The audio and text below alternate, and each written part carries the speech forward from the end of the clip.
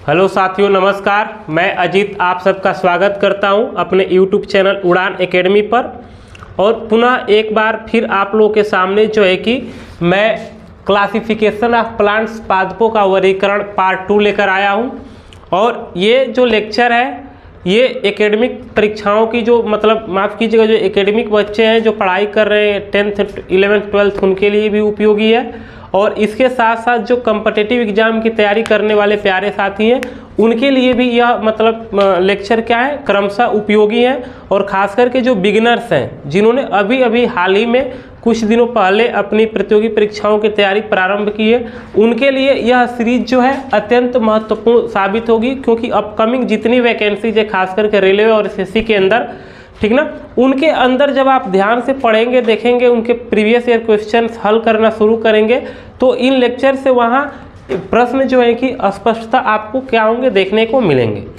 तो चलिए मैं आप लोगों के सामने आज क्लासिफिकेशन ऑफ प्लांट 2 पादपों के वर्गीकरण पार्ट 2 को मैं पढ़ाने जा रहा हूं। और जैसा कि मैंने इससे पहले एक लेक्चर आपके सामने भेजा है पर क्लासिफिकेशन ऑफ प्लांट पादपों के वर्गीकरण का जो पार्ट 1 था, और उसके अंदर हम लोगों ने कैरोलस लिनियस के क्लासिफिकेशन को क्या किया था, पढ़ा था। आज हम पौधों के मॉडर्न क्लासिफिकेशन को पढ़ेंगे जिसे कि ओसवाल्ड टिपो ने जो है कि क्या किया था, दिया था। ठीक, तो देखिए क्लासिफिकेशन ऑफ प्लांट्स पादपों का वर्गीकरण, ठीक ना। और आज जो है कि प्लांट्स पादपों के मॉडर्न क्लासिफिकेशन को हम लोग पढ़ने वाले हैं, ठीक ना।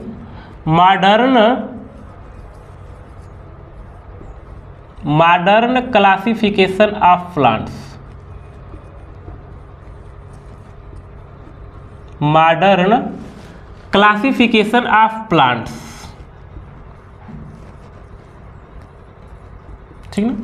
मॉडर्न क्लासिफिकेशन ऑफ प्लांट्स पौधों के आधुनिक वर्गीकरण के बारे में मैं आपसे चर्चा करूंगा, बात करूंगा।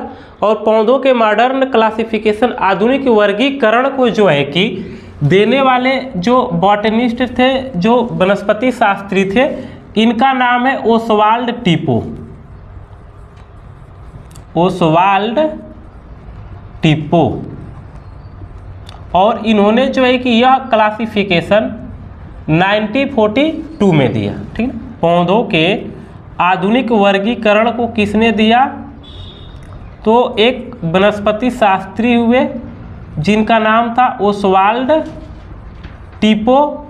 ओसवाल्ड टिपो ने 1942 के अंतर्गत दिया। और वनस्पति जगत का अब तक यह सर्वाधिक मान्य जो है क्या है, क्लासिफिकेशन है, सर्वाधिक मान्य वनस्पतियों का वर्गीकरण है। अब देखिए हम बात कर लेंगे कि ओसवाल्ड टिपो ने जो है कि प्लांट संपूर्ण पादपों को जो है कि कितने भागों में विभाजित किया। तो जो प्लांट किंगडम है, जो प्लांट किंगडम है, प्लांट किंगडम यानी जो पादप जगत है, ठीक ना, जो प्लांट किंगडम है, जो पादप जगत है, इस पूरे प्लांट किंगडम को कैरोलस लिनियस ने जो है कि 2 सब किंगडम में क्या किया, विभाजित किया, ठीक ना। जो प्लांट किंगडम है, जो पादप जगत है, इस पूरे प्लांट किंगडम को कैरोलस लिनियस ने जो है कि माफ़ कीजिएगा ओसवाल्ड टिपो ने जो है कि 2 सब किंगडम में क्या किया, विभाजित किया, ठीक है ना। इस प्लांट किंगडम का जो पहला सब किंगडम है, यानी जो पहला उपजगत है, ठीक ना, जो पहला सब किंगडम है, पहला उपजगत है, ठीक ना, यह है थैलोफाइटा, ठीक ना। पहला जो उपजगत है, पहला उपजगत क्या है आपका, थैलोफाइटा है, ठीक। ओसवाल्ड टिपो ने संपूर्ण पादप जगत को जो है कि 2 सब किंगडम, 2 उपजगत में विभाजित किया। जो पहला सब किंगडम में पहला जो उपजगत है वह क्या है, थैलोफाइटा है। और दूसरा जो सब किंगडम है, देखिए दूसरा जो सब किंगडम है दूसरा जो सब किंगडम उपजगत है, दूसरा जो सब किंगडम, दूसरा जो उपजगत है, दूसरा उपजगत जो है वह है जो दूसरा उपजगत है यह है हम लोगों का एम्ब्रियोफाइटा। ठीक है ना, क्या है? एम्ब्रियोफाइटा। ठीक, ओसवाल्ड टिपो ने संपूर्ण प्लांट किंगडम को, पूरे वनस्पति जगत को जो है कि दो सब किंगडम में विभाजित किया। एक सब किंगडम उपजगत थैलोफाइटा को लेकर के है और दूसरा जो सब किंगडम है वह एम्ब्रियोफाइटा को है, फाइटा से रिलेटेड है। ठीक, अब जो एम्ब्रियोफाइटा है, ठीक है, जो सब किंगडम एम्ब्रियोफाइटा है, पुनः इन्हें भी जो है कि उन्होंने आगे चल करके दो जो है कि उपसंघों में क्या किया? विभाजित करने का काम किया। दो उपसंघों में विभाजित करने का काम किया। हाँ, दो सब फाइलम में विभाजित किया। दो सब फाइलम नहीं, गलत बोला, दो फाइलम में क्या किया? विभाजित किया। ठीक ना, एक तो जो है कि फाइलम ब्रायोफाइटा है, एक जो है क्या है? फाइलम ब्रायोफाइटा है और दूसरा जो है दूसरा फाइलम टेरिडोफाइटा, टेरिडोफाइटा और ट्रेकियोफाइटा है। और ट्रेकियोफाइटा। ठीक, तो प्यारे विद्यार्थियों, मैंने आपके सामने ये लिखा कि ओसवाल्ड टिपो ने संपूर्ण प्लांट किंगडम को, पादप जगत को जो है कि दो सब किंगडम, दो उपजगतों में विभाजित किया। पहला जो सब किंगडम है वह थैलोफाइटा है और दूसरा जो है कि सब किंगडम एम्ब्रियोफाइटा है। ठीक, और फिर आगे चल करके उन्होंने अध्ययन की सुविधा के लिए पुनः जो सब किंगडम एम्ब्रियोफाइटा है इनको दो फाइलम के अंदर विभाजित किया। एक जो फाइलम है वह ब्रायोफाइटा का है और एक जो फाइलम है वह टेरिडोफाइटा या ट्रेकियोफाइटा का है। तो सबसे पहले मैं आप लोगों के सामने जो है सब किंगडम थैलोफाइटा के बारे में क्या करना चाहता हूँ? चर्चा करना चाहता हूँ। और मैं आपको यहाँ पर जो थैलोफाइटा वर्ड है इसकी मीनिंग मैं क्या करना चाहता हूँ? आपके सामने समझाना चाहता हूँ। देखिए, जो थैलोफाइटा वर्ड है, ठीक ना, जो थैलोफाइटा वर्ड है,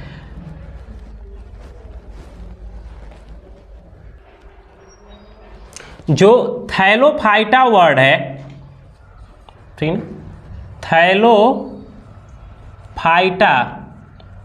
जो थैलोफाइटा शब्द है, ध्यान रखेंगे थैलोफाइटा वर्ड जो है यह ग्रीक वर्ड थैलोज से बना है। ठीक ना, थैलोफाइटा में जो ये थैलो वर्ड है, ग्रीक फाइटा में जो थैलोफाइटा के अंदर जो थैलो वर्ड है, ठीक ना, यह ग्रीक शब्द थैलोज से क्या है? मिलकर बना है। ठीक ना, ग्रीक वर्ड थैलोज से मिलकर के क्या है? बना है। और इस थैलोज का मतलब होता है, अपने भाषा में हम बात करें, सामान्य जो हम लोग बोलते हैं, इस भाषा के अंदर थैलोज का मतलब होता है अनडिफरेंटेड। क्या होता है?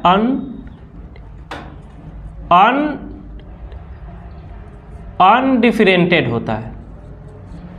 अनडिफरेंटेड यानी कि अविभेदित। ठीक ना, अविभेदित। और यहाँ से जो फाइटा वर्ड है यह फाइटान से बना है। ठीक, किससे बना है? फाइटान से बना है। और इस फाइटान वर्ड का मतलब होता है प्लांट्स। ठीक ना, प्लांट्स अर्थात पौधे, प्लांट्स अर्थात पौधे। तो अब हम थैलोफाइटा की बात कर ले तो थैलोफाइटा में पार्टिकुलरली सब किंगडम थैलोफाइटा में ऐसे पादप रखे गए हैं। ठीक है, ऐसे पादप रखे गए हैं रखे गए हैं जिनका शरीर अविभेदित होता है,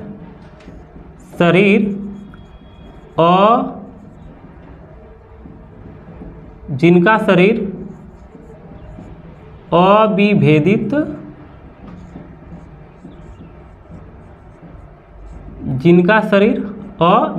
रहता है।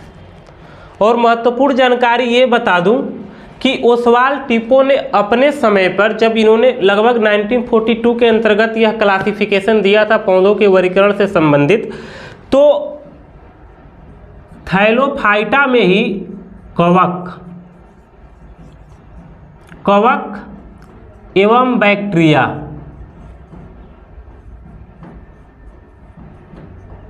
ठीक ना, कवक एवं बैक्टीरिया तथा शैवालों को रखा था।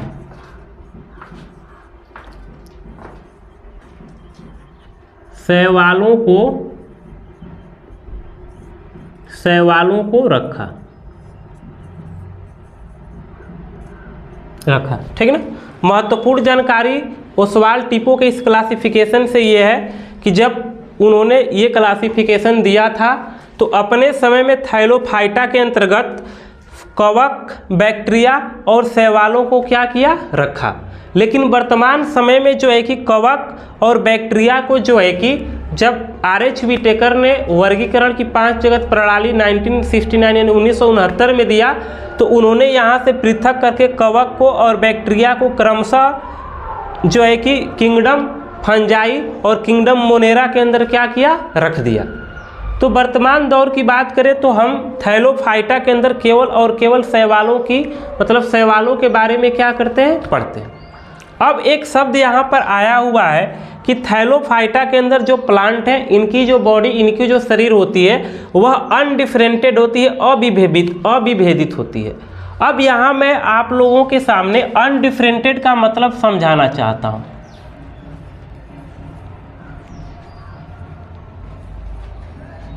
अनडिफरेंटेड, अविभेदित से क्या तात्पर्य है?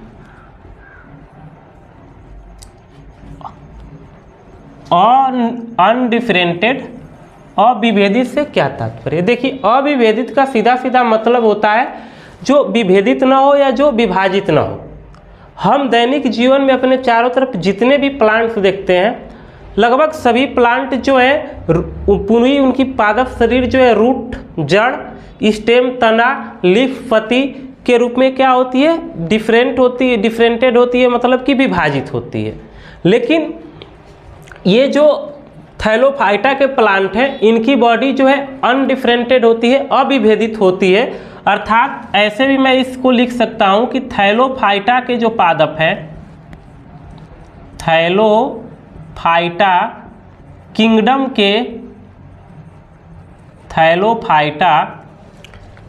के पादपों का शरीर रूट यानी कि जड़, लीफ यानी पत्ती और स्टेम, तने में, स्टेम्स में विभाजित नहीं होता,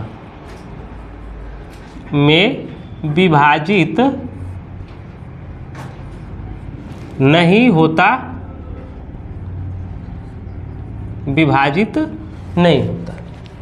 अनडिफरेंटेड का प्लांट के रिफरेंस में, पादपों के संदर्भ में मतलब ये होता है। और ये वर्ड जो है अविभेदित शब्द जो है प्राय किन पादपों के लिए उपयोग किया जाता है, तो किंगडम सब के उपजगत थैलोफाइटा के जो प्लांट है उनके लिए क्या किया जाता है, उपयोग में लाया जाता है। अब जो थैलोफाइटा के जो प्लांट हैं, इनकी मुख्य विशेषताएं क्या क्या होती हैं? थैलोफाइटी जो प्लांट्स हैं, इनकी मुख्य विशेषताएं क्या होती हैं, इनकी भी बात कर लें तो देखिए, थैलोफाइटा के जो प्लांट्स होते हैं इनकी जो पूरी प्लांट बॉडी होती है, जो पूरी पादप शरीर होती है, वह सुकाय के रूप में होती है। और सुकाय शब्द का मतलब भी यही होता है कि ऐसे पादप जिनकी शरीर जो है रूट, लीफ और स्टेम में क्या हो, विभाजित न हो। ठीक ना। तो थैलोफाइटा के जो प्लांट हैं, इनकी विशेषता यह है कि पादप शरीर जो है, पादप शरीर सुकाय, सुकाय यानी कि थैलस के रूप में होती है, थैलस के रूप में होती है। ठीक। जो पादप शरीर है, जो प्लांट बॉडी है, वह सुकाय के रूप में होती है। और एक बार मैं फिर आपसे कह रहा हूं कि जो थैलस वर्ड है, जो सुकाय वर्ड है, इसका मतलब भी ऐसे ही पादपों से होता है जिनकी शरीर रूट, लीफ, स्टेम यानी जड़, तना और पत्ती के रूप में विभाजित न हो। दूसरी मुख्य विशेषता इन पादपों की ये है कि जो संवहनीय ऊतक है, संवहनीय ऊतक जो है, संवहनीय ऊतकों का अभाव होता है। संवहनीय ऊतकों का अभाव होता है। संवहनीय ऊतकों का अभाव होता है। जो कंडक्टिंग टिश्यूज होते हैं उनका अभाव होता है। और ये संवहनीय ऊतक क्या होते हैं, तो पौधों के अंदर पार्टिकुलर ऐसे ऊतक होते हैं जो फूड यानी भोजन और इसके साथ साथ वाटर एंड मिनरल्स, जल और खनिज लवण को एक जगह से दूसरे जगह तक ट्रांसपोर्ट करते हैं। जैसे कि उच्च विकसित श्रेणी के जो पादप हैं उनमें दो तरीके के कंडक्टिंग टिश्यूज पाए जाते हैं, जाइलम जो खनिज और जल का ट्रांसपोर्टेशन करता है और फ्लोएम जो फूड का ट्रांसपोर्टेशन करता है। तो इस तरीके के ऊतक जो है जो सब किंगडम थैलोफाइटा है, इन पादपों के अंदर क्या होते हैं, नहीं पाए जाते हैं। तीसरी महत्वपूर्ण विशेषता यह है कि एम्ब्रियो जो है आपका अब्सेंट होता है। एम्ब्रियो यानी कि भ्रूण क्या होता है, नहीं पाया जाता है। भ्रूण क्या होता है, नहीं पाया जाता है। तो प्यारे साथियों, आज जो है कि क्लासिफिकेशन ऑफ प्लांट, पादपों का वर्गीकरण, लेक्चर 2 के अंदर मैंने जो है ये खास करके जो पादपों का या पादपों संबंधित जो आधुनिक वर्गीकरण है जिसे ओसवाल्ड टिप्पो ने 1942 के अंदर दिया, उसके बारे में आपसे मैंने चर्चा की कि उन्होंने संपूर्ण पादप जगत को जो है कि जैसा कि मैंने आपके सामने लिखा है, सब किंगडम के अंदर क्या किए, विभाजित किए। और फिर उसके अंदर उन्होंने फाइलम में क्या किया, विभाजित किया। ठीक। तो अंत में मैं आपसे उम्मीद करता हूँ कि ये जो मेरे द्वारा जो लेक्चर दिए जा रहे हैं ये आपको ज़रूर पसंद आएंगे। और मैं गुजारिश करता हूं कि अगर अभी तक आपने जो है कि इस चैनल को सब्सक्राइब नहीं किया है तो सब्सक्राइब कर लीजिएगा। वीडियो जो है इसको शेयर करिएगा ताकि इस तरीके की महत्वपूर्ण जानकारी पठन पाठन से जो संबंधित है, आपके जो मतलब संबंधी हैं, आपके छोटे भाई बहन हैं, आपके बड़े भाई बहन हैं या कुछ अन्य आपके दोस्त वगैरह हैं, उन तक पहुंचते रहे। और वीडियो को लाइक अवश्य करिएगा। धन्यवाद।